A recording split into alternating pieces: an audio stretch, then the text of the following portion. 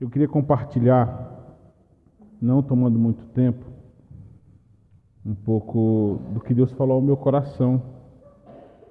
Eu trago um abraço do pastor Marcos da igreja também para todos vocês. O pastor Marcos, graças a Deus, ele é um pastor flexível para liberar os seus auxiliares.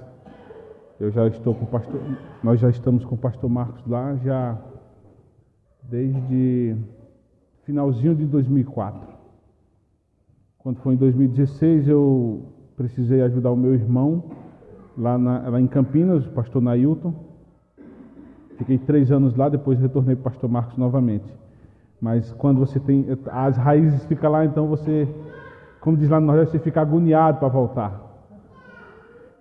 Mas é um tempo maravilhoso, a gente ama demais a Igreja do Nazareno. Interessante que a palavra do Senhor ela é muito clara referente a algumas questões. Eu gostaria de compartilhar rápido com você, mas antes disso eu gostaria de falar um pouco sobre... Não tem problema pisar em cima, não? Porque senão vai que corta esse fio aí. Não tem problema não, né? Eu vou ficar parado aqui.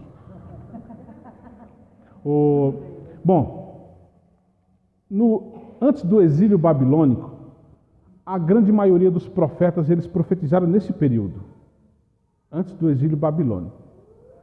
Só que só teve 2 profetas que profetizaram, que foi Daniel e Ezequiel, durante o cativeiro babilônico, que durou 70 anos, mais ou menos. Só que depois desse exílio, alguns profetas, eles tiveram destaque, talvez por alguns períodos e alguns momentos, e depois não se ouviu mais falar sobre esses homens de Deus. Eu quero falar sobre Ageu. Mas antes disso, a gente começa a entender que no período do cativeiro babilônico, Deus havia orientado o seu povo a permanecer firme na sua presença. Obrigado, pastora. Deus havia orientado o seu povo a permanecer firme na sua presença, guardando os seus mandamentos e os seus estatutos. E o interessante é que o povo, como sempre, não obedecia. E Deus olha, obedece, guarda, senão vai acontecer isso. E aí veio o cativeiro babilônico. Mas tem um profeta que, antes da gente falar, eu gostaria de comentar sobre ele, Ezequiel.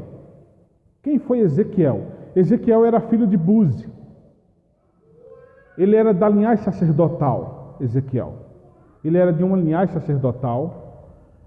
Ele era casado, Deus havia dito a ele referente à morte da sua esposa.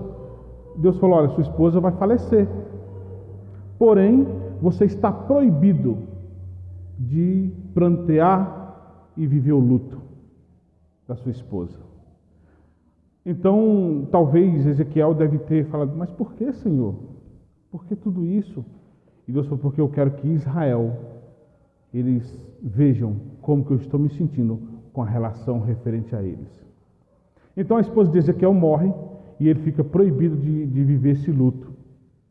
Interessante que depois o povo começa a ver como que Deus estava se sentindo na relação. Uma relação que só apenas um se doava, só apenas um se dava naquela relação, e o outro simplesmente não ligava para nada e vivia de qualquer forma. Tem outro profeta, e ao completar 30 anos, então Deus ele chama Ezequiel para um ministério profético. Então ele não chega a ser sacerdote, ele apenas era de uma linhagem sacerdotal, mas ele assume o ministério profético. E de Ezequiel surgiu grandes revelações, e interessante que Ezequiel foi aquele homem cujo qual Deus olhou para ele e disse assim: filho do homem, põe-te de pé, que eu falarei contigo. Ezequiel foi esse cara. Interessante que você começa a ver sobre os 3 seres viventes, Ezequiel que profetizou isso. E você começa a fazer uma comparação com Isaías. Isaías no capítulo 6, quando ele chega no templo E então ele fala, porque no ano do rei Uzias eu vi o Senhor sentado no alto e sublime trono. E ele começa a narrar, a fazer toda aquela narrativa ali do capítulo 6. E interessante é que ele fala, ai de mim, vou morrer, porque os meus olhos viram o Senhor, porque eu sou um cara pecador. Eu habito no meio de um povo que é pecador, mas os meus olhos viram o Senhor. Então o Senhor purifica Isaías. Mas interessante também, tem outro profeta também que Deus, ele expressou na vida daquele homem para que o povo percebesse como que ele estava se sentindo na relação. Oséias, ele casou com uma prostituta e tem alguns relatos que dizem que certa vez ele acorda de madrugada e ele vai buscar sua esposa num leilão, onde ela estava sendo leiloada. Ela é prostituta, ela estava sendo leiloada e ele foi buscar ela no leilão. E Deus manda ele comprar ela naquele leilão. E interessante que o próprio livro narra que Oséias preparava um banquete, um grande café da manhã para ela. Para que quando ela chegasse de manhã cedo da farra, ela encontrasse aquele banquete e falasse assim, como os homens me amam. Eles, além de me usarem, eles deixam presentes para mim. E Deus estava falando, é assim que eu me sinto. Eu te dou e você dá a glória para outros deuses, para Baal. É assim que eu estou me sentindo na relação. Eu te abençoo e você fala que é sorte. Eu te abençoo e você fala que não fui eu, que foi outra circunstância que te deu. E Deus, ele começa a usar a vida dos seus homens e mulheres durante toda a história para expressar uma verdade. E aqui, nessa situação aqui, Ageu, ele já havia acabado o cativeiro babilônico, porque com a queda do Império Babilônico, então surge a ascensão do Império Medo-Persa. E ali então tem um rei que ele fica sabendo, o rei Ciro, ele fica sabendo sobre uma profecia que existia para o povo de Israel, de que o povo iria construir um grande templo e adorar esse Deus. Então Ciro pega e determina, faz um decreto que todos os judeus estariam livres para voltar para os seus lugares, para as suas cidades de origem. É onde todos os judeus voltam. É onde Ageu e todos os outros voltam para Jerusalém. Só que interessante que eles viveram 70 anos num cativeiro. Nós, comparando com nós estamos vivendo desde março de 2020 num cativeiro. E olha, essas pessoas que voltaram do cativeiro babilônico, elas também tiveram perdas, e talvez perdas irreparáveis nas suas vidas. Alguns abandonaram a sua fé. Outros perderam pessoas queridas. Outros perderam seus negócios, seu dinheiro. E assim vai. Não é diferente conosco hoje. Nós também temos perdido pessoas, amigos nossos, pessoas que perderam parentes. Homens estavam trabalhando e não estão mais trabalhando. Você fez projetos e já não existe mais esses projetos, porque tudo isso por conta desse cativeiro que a gente passou a viver nos últimos anos, de 2020 para cá. Mas interessante que esse rei, Ciro, ele determina que os judeus voltem para Jerusalém. Então eles começam, e eles não voltam de mãos vazias, porque ele entrega nas mãos dele todos os utensílios que Nabucodonosor havia tirado do templo do Senhor. Então eles levam tudo. Eles levam recursos, eles levam cartas, eles levam autorizações para poder arrancar madeira, eles levam cartas para poder passar diante de todas as fronteiras para chegar até a sua cidade. Mas o interessante de tudo não são essas cartas, essas autorizações. O interessante de tudo é o que você vai fazer quando tudo à sua volta está em ruínas, está destruído? Quando não existe mais esperança? Quando você simplesmente acha que tudo que está à sua volta, a sensação é que Deus nos abandonou. Estamos sujeitos a enfermidades, qualquer coçadinha na garganta, você diz, ai meu Deus, já dá taquicardia, se eu estou infartando, porque será que eu estou com coronavírus? A gente fica desesperado. Por quê? Porque existe no nosso coração uma instabilidade. Nós estamos com medo de se abraçar. E é sabido que o fato de eu não te tocar, de eu não te abraçar, isso faz com que a gente adoeça. Porque o ser humano, ele foi feito para o toque, para se relacionar. Eu acho muito lindo quando Jesus ele chega para os seus discípulos e diz: olha, estou desejando ansiosamente comer essa Páscoa convosco, antes do meu sofrimento. Então Ageu ele começa, ele recebe do Senhor uma mensagem. E eu gostaria de compartilhar em alguns minutinhos, eu sei que a gente já tomou um certo tempo, alguns minutinhos, essa mensagem que Ageu recebeu. Capítulo 1 do livro do profeta Ageu.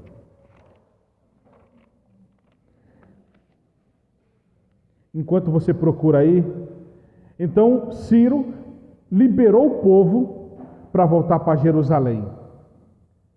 Mas depois de 16 anos, depois de um tempo, já Ciro não estava mais no trono, era outro rei. Talvez, deixa eu lembrar o nome aqui, Artaxerxes, Artaxerxes, era o rei que estava no trono. Então ele fica sabendo, através dos samaritanos, eles ficam sabendo que os judeus estavam construindo o templo e a cidade. Então ele fala: olha, rei, fica esperto, esta construção vai trazer problema para o seu reinado e o seu império. Então fica esperto, esses judeus aí são um problema. Então ele determina que cesse a construção do templo, que cesse a construção da cidade. Mas o interessante é que quando eles começaram, bem antes, voltando um pouco, quando eles começaram a construção do templo ali, alguns começaram a chorar. Por que eles choraram? Porque alguns choravam porque eles viram que o templo que Salomão havia construído era muito numeroso, muito maior e muito mais glorioso do que aquele templo simples que eles estavam construindo. E com essa determinação desse novo rei, que era para cessar e não construir mais, então o povo ficou frustrado. Espera aí, eu tinha a oportunidade de construir um templo para o meu Deus, eu não posso mais construir. E cada um voltou para a sua casa, frustrados.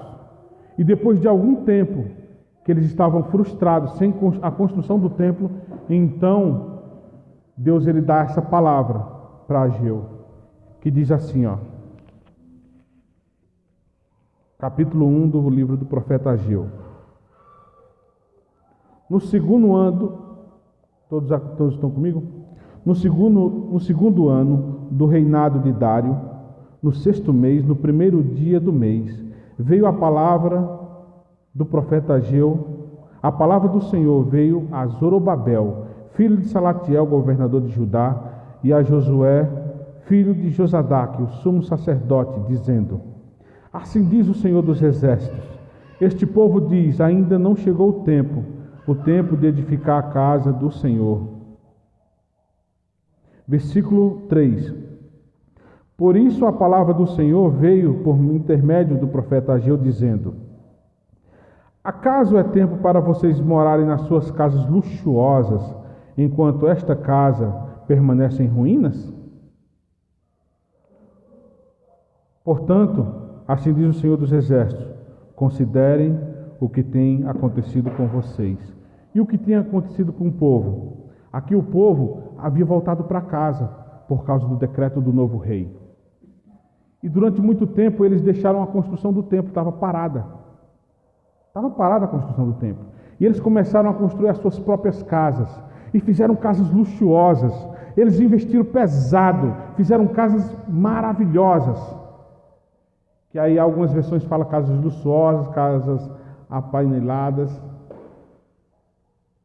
E daí o Senhor fala assim, olha, é tempo de vocês viverem nas suas casas luxuosas, enquanto a minha casa está abandonada. Prestem atenção no que está acontecendo a vocês.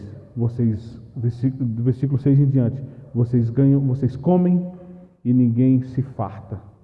Vocês bebem e ninguém se sacia. Vocês ganham salário e é como se colocasse num saco furado. Por causa da minha casa que está abandonada. Eu quero agora que você esqueça a ideia de templo físico. Esquece essa ideia. Mas pensa que a pandemia, ela fez com que você abandonasse este templo aqui, ó. O templo do Senhor verdadeiro. Que a pandemia e a frustração, as dificuldades, ela fez com que você abandonasse este templo que está em ruínas. A sua casa está muito bonita, luxuosa, mas isso aqui está abandonado. Por que abandonado? Porque eu não oro mais como eu orava. Por que abandonado? Porque eu não leio mais a palavra como eu lia. Por que abandonado? Porque a minha comunhão com a igreja não é a mesma de antes. Algumas pessoas até elas não vêm mais no tempo físico, elas preferem assistir às lives. Enquanto assiste a live, come um pastel. Não é a mesma coisa. O contato. Este abandono está fazendo com que eu e você, nós estejamos perdendo o melhor que Deus tem para a nossa vida, que é a sua graça e os tesouros escondidos, que Isaías, lá no 45 do seu livro, fala. Se você me buscar, eu quebrarei os ferrolhos de bronze e as portas de ferro, e te darei os tesouros que estão escondidos nas cavernas. Sabe? Ageu, ele não veio chamar a atenção do povo. Ele veio motivar o povo a continuar buscando a palavra do Senhor, buscando a presença do Senhor. Não simplesmente se preocupar com o exterior.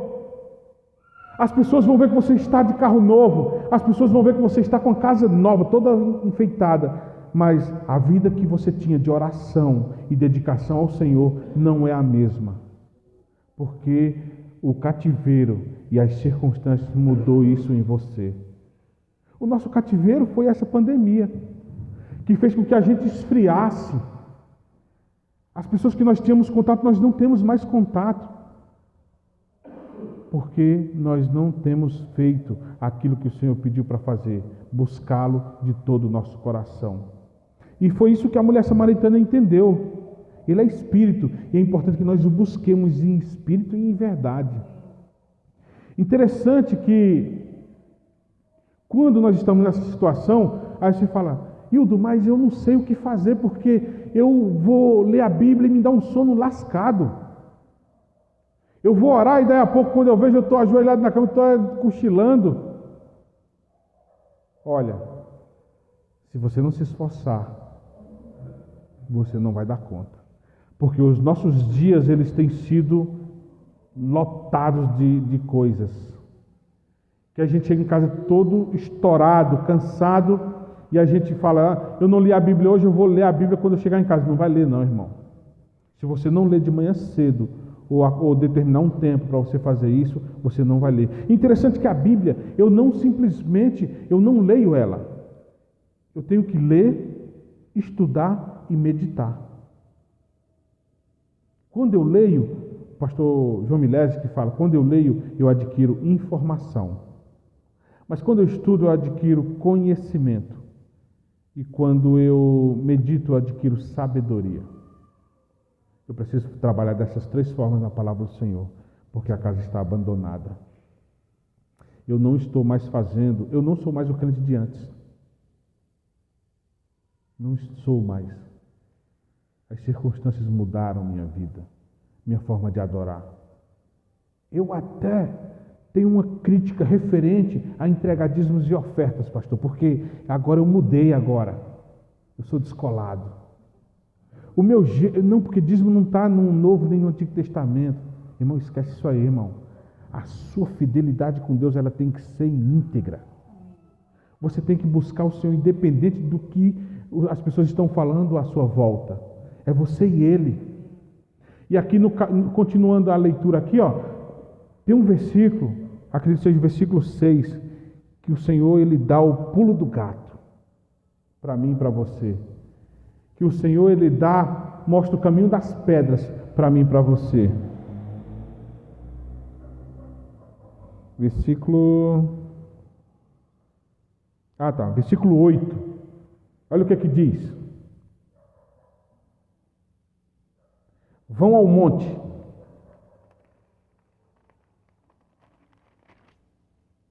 Tragam madeira e reconstruam o templo. Dele me agradarei e serei glorificado, assim diz o Senhor. Quando nós estamos vivendo num momento como este, que passamos por restrições, por dificuldade, que não deixamos de ter acesso ao que tínhamos antes, perdemos muitas coisas, perdemos muitas pessoas, foi subtraído demais da nossa vida e não foi posto nada no lugar. O Senhor diz: suba ao monte. Suba ao monte e pegue madeira e reconstrua a casa. Ele diz: eu me alegrarei dela e serei glorificado. Você está entendendo isso? Você está entendendo? Porque, na verdade, este é o momento que nós devemos subir ao monte. Subir ao monte e buscar a sua presença e reconstruir aquilo que está abandonado. A nossa vida de oração, ela tem que ser acima de tudo e de todos. A nossa leitura da palavra, ela tem que ser incomparável, porque eu tenho que conhecer Ele, essa é a forma de eu conhecê-lo. Eu não posso fazer isso, porque eu trabalho 12 horas por dia, então eu vou dormir 1 hora menos, e vou fazer isso de madrugada. Hildo, mas coloca um fone de ouvido e começa a ouvir a palavra em áudio. Hoje tem o audiobook aí a rodo, que você pode ouvir, mas não deixe de ministrar a sua alma, o seu coração, para que você esteja preparado para o dia mau. O dia mau ainda não chegou para nós. O pastor Daniel falou aqui que ainda chegará esse grande dia. Mas olha, o dia mau ainda não veio sobre a igreja, ainda virá. Aí, como Jesus disse, encontrará fé quando eu voltar? Se coloque de pé.